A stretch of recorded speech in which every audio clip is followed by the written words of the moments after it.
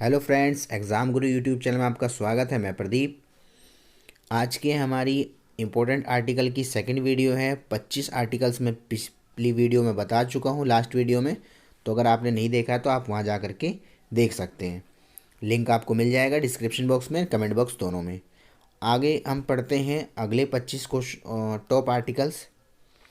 देखिए, article number 110 धन विधेयकों की परिभाषा, यानी कि धन विधेयक जो मनी बिल है वो आपका आर्टिकल 110 से रिलेटेड है।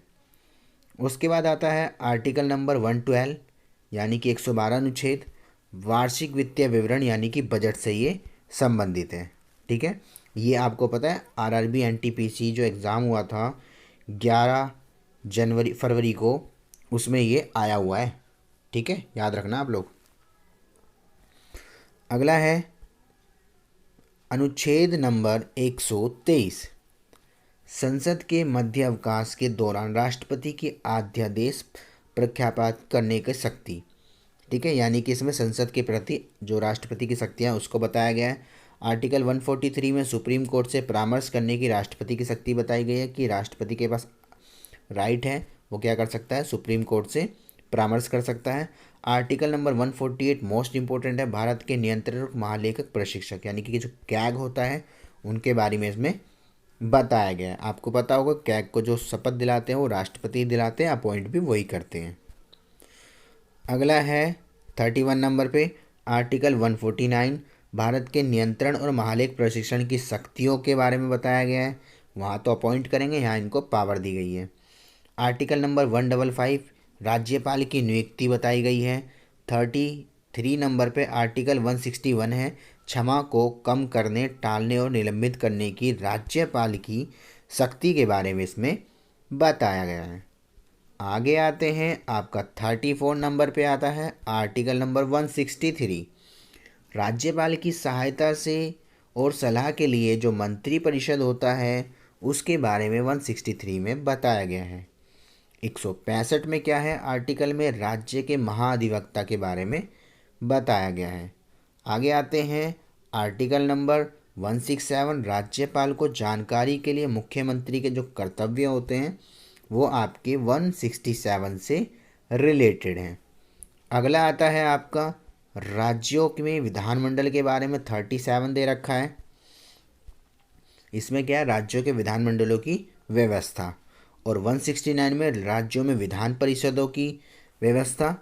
और 170 में आपका राज्यों के विधानसभाओं की संरचना। ठीक है, मैं आपको बता दूं, विधानमंडल जो होता है, जिस प्रकार से संसद होता है उसी प्रकार से विधानमंडल के अंतर्गत भी क्या होते हैं, इन्हें 2 वर्गों में बांटा गया है। पहला विधान परिषद, ठीक है, परिषद, और दूसरी विधान सभा। ठीक है, अब आपको मैं बता दूं, विधानसभा तो लगभग हर स्टेट में है, पर जो विधान परिषद है वो मात्र कितने स्टेट्स में, 6 स्टेट में है। ठीक है, इसकी आप ट्रिक याद कर सकते हो, कब तुम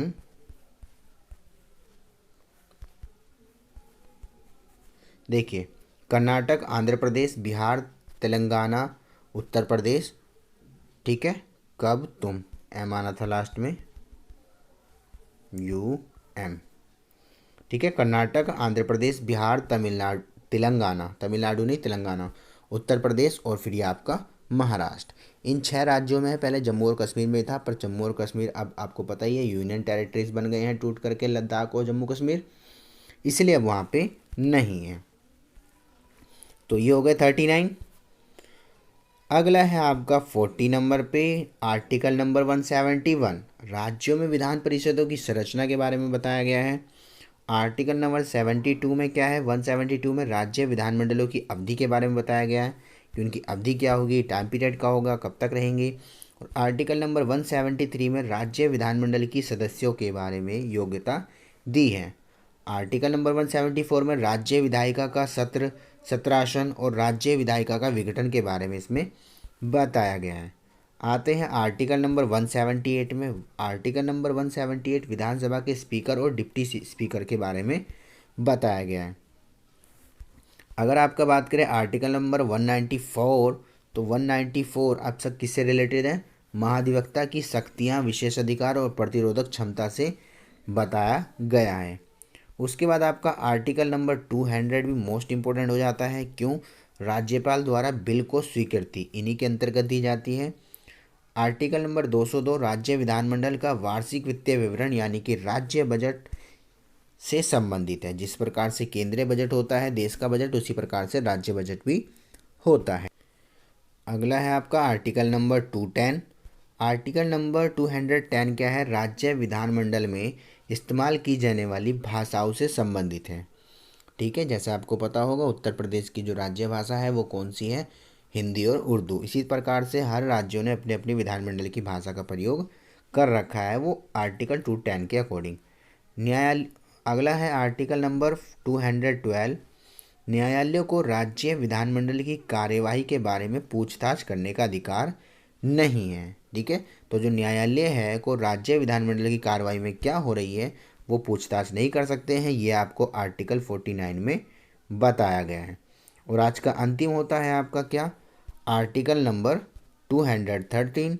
राज्य विधानमंडल के अवकाश के राज्यपाल द्वारा अध्यादेश प्रख्यापित करने की शक्ति। यह आपका आर्टिकल 213 से रिलेटेड है। तो आज की इस वीडियो में हमारे टॉप 50 कंप्लीट होते हैं। आई होप आपको ये समझ में आया होगा, पसंद भी आया होगा। अगर पसंद आया तो वीडियो को लाइक करेंगे, चैनल को सब्सक्राइब करेंगे और ज़्यादा से ज़्यादा शेयर करेंगे। आपके लिए मैं एक होमवर्क क्वेश्चन छोड़ के जा रहा हूँ। आपको बताना है आर्टिकल, अगर आपने मेरी दोनों वीडियो देखी होगी तो आप इसको ज़रूर बता देंगे, आर्टिकल नंबर 17 किससे जुड़ा है? ठीक है, ये आपका होमवर्क क्वेश्चन है, आप इसको कमेंट बॉक्स में आंसर देंगे। ठीक है, आर्टिकल नंबर 17 किससे जुड़ा है? ओके फ्रेंड्स, चलिए आज के लिए इतना ही, मिलते हैं फिर अगली वीडियो में। अभी के लिए हैव अ नाइस डे।